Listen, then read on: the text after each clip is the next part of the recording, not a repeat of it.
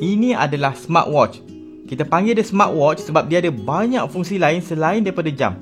Tengok tu, ada banyak fungsi lain kan. Dan saya tertanya tau, boleh ke smartwatch ni improve life saya? Tapi sebelum tu, first saya nak DIY dulu dia punya charging station. Tapi, saya nak buat kerja. Turun. Buka jam kejap, saya nak tengok belakang dia. Sebab belakang ni yang penting. Dia punya charger dia akan melekat secara magnetik mengikut polariti yang betul. Jadi dia punya mount tu kena betul-betul ngam. Saya design dulu 3D, lepas tu saya 3D print. Dalam sejam lebih je lah saiz macam ni. Dan ini yang dah siap. Nampak tu? Bentuk dia saya try ikut belakang jam tu kan. Lubang ni saya try masuk saya punya charger dia tu. Dan try lekapkan. Tengok ngam-ngam tak? Uish. Cun bos. Ngam. Saya expect saya kena redesign banyak kali tau supaya dia ngam. Tapi tak sangka rupanya sekali je dah cun. Ini just sample saja. Saya nak buat yang proper punya.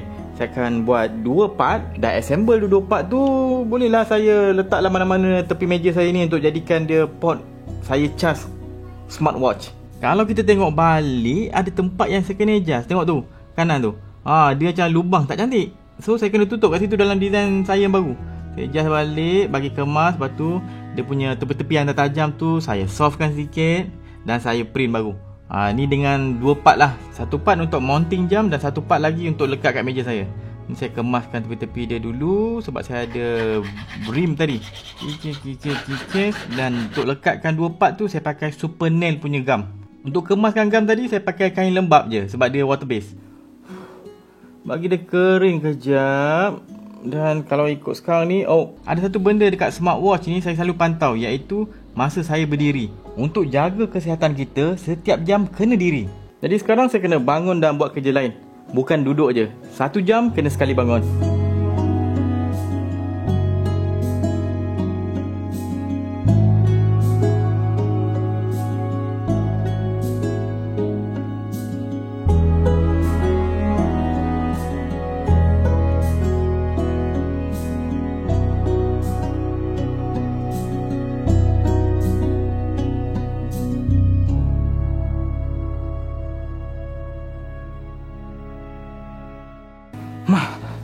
Okay. So, saya dah baru workout macam ni. Tambah dalam 1500 langkah untuk 15 minit workout. Saya test sebelum ni, kalau saya tak workout 15 minit satu hari, saya punya langkah satu hari tu short. Saya tak cukup 6,000. Saya dapat dalam 4,500 ke 5,000 langkah setiap hari. Jadi kalau saya tambah 15 minit workout setiap hari, saya rasa saya boleh cukupkan 6,000 langkah. Tanpa sesaja je jalan-jalan. Sebab saya kerja kat rumah je, tak banyak sangat tempat saya boleh jalan ni. Saya malah nak keluar rumah, jalan keluar-keluar sana. Saya nak lepak dalam ni je, tapi cukup 6,000 langkah. Okay, kita sambung sikit. Wayar ni saya rasa pendek tau, jadi saya kena panjangkan. Nak panjangkan tu, kalau tu solder lah. Nak ikutlah solder ke apa connection kan. Saya pakai ni yang heat shrink punya connector. Untuk projek kecil sekarang memang saya pakai macam ni je. Kalau nak solder, nak sambungkan wayar, tak payah 2 kerja dah. Solder dengan penebat sekali. Yang ini okay, dah siap. Saya letak tepi tu. Mau sekejap.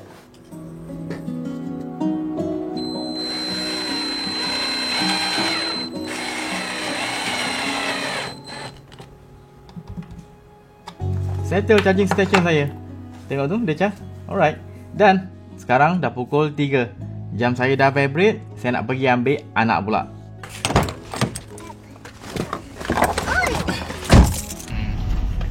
Sampai sekolah kakak. Right.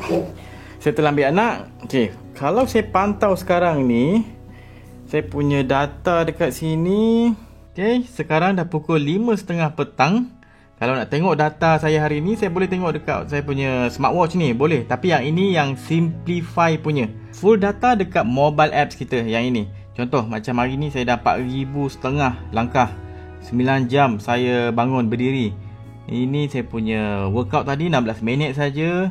Saya punya heart rate saja. Boleh tengok maksimum minimum saya berapa. Bila workout tinggi, bila tidur memang akan rendah. Lepas tu tengoklah hari-hari sebelum ni macam mana kalau kita nak pantau. Saya boleh tengok stress level saya. Tak ada maksimum high stress, tak ada. Moderate je paling tinggi pun. Antara yang penting saya pantau adalah tidur saya. Berapa banyak kali saya REM, di mana saya bermimpi. Deep sleep saya berapa lama. Masa malam berapa banyak kali saya tersedar. Contoh yang ini. Ini 31 Oktober hari tu saya tersedar agak lama tau, sejam lebih. Boleh pula terbaca komik tengah pagi, ending je esok lemau. Bila saya nampak data habit tidur saya macam ni, saya boleh plan untuk improve saya punya tidur saya. Itu yang sekarang saya cuba tidur awal supaya data tidur saya cun. Ini pantau kadar oksigen dalam darah. Kalau kita kena COVID, yes, kita akan pantau benda ni. Untuk perempuan nak track period, boleh dekat ni, Woman Health. Smartwatch ni saya boleh adjust. Contoh yang MyMo Watch ni, saya boleh pergi dekat setting dia. Yang ini individual, saya boleh adjust dia punya quick widget dia. Saya boleh customize ikut suka hati saya. Contoh kalau saya nak tambah aktiviti yang saya nak buat, nak quick access kan. Macam workout ni ada lebih 100 pilihan aktiviti kita. Saya ada linkkan untuk notification access, tapi bukan semualah. Contoh yang saya guna ni WhatsApp, Gmail, Clock, MyMofit.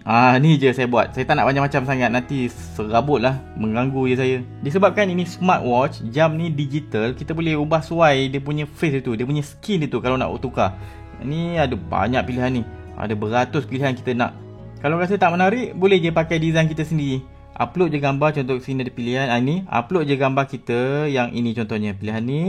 Saya boleh pilih gambar yang saya nak. Tak nak ambil foto, gambar ni. Contoh, gambar anak saya baby ni. Okay, pilih. Saya resize, adjust, letak efek sikit kat muka dia tu. Tak comel. Yang ini okay. Okay, apply. Upload. Tengok. Kejap, tunggu. Okay, settle. Satu lagi, dia ada fungsi AI untuk adjust jam ni supaya corak dia match dengan baju. Nama fungsi ni adalah AI Stylish Face. Simple.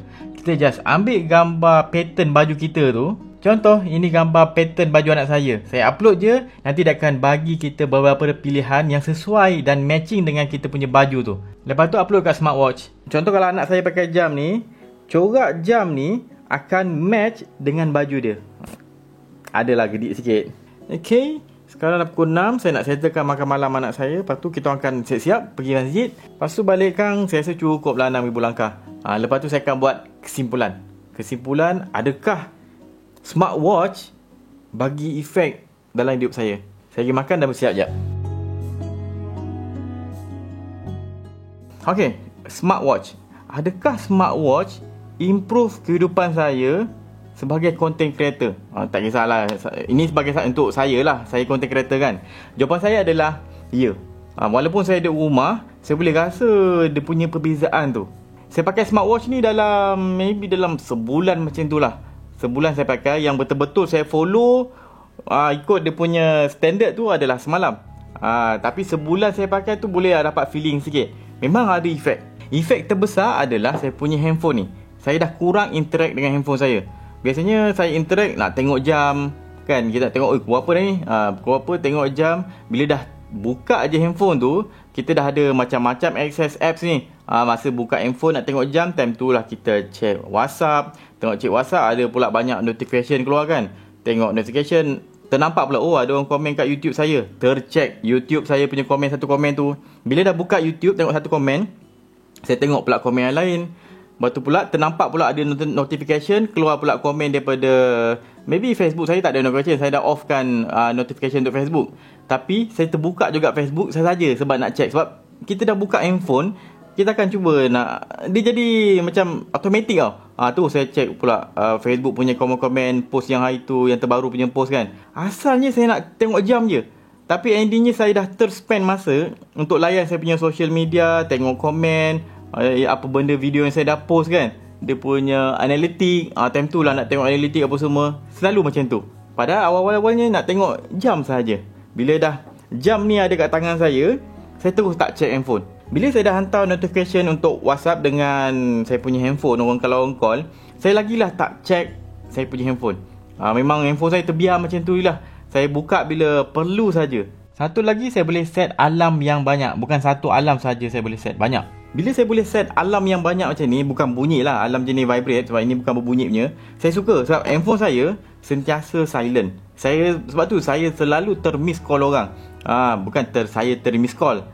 Orang selalu miss call saya sebab saya tak angkat. Jadi kalau saya letak alarm dekat saya punya handphone ni, dia kurang efektif sangat. Sebab alarm tu, bila alarm dia just vibrate. Handphone saya pula, saya main letak mana-mana je sebab saya tak access handphone sangat.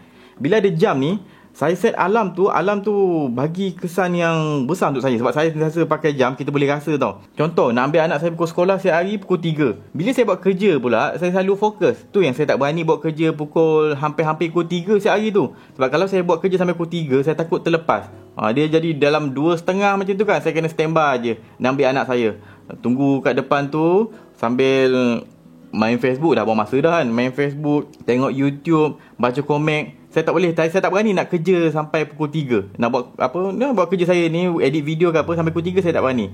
Bila ada jam macam ni, saya confident. Saya buat kerja, record je, saya tak fikir pun terlepas masa. Dia akan vibrate pukul 3, tu saya pergi anak saya. Jadi masa saya tu saya spend lebih efficient.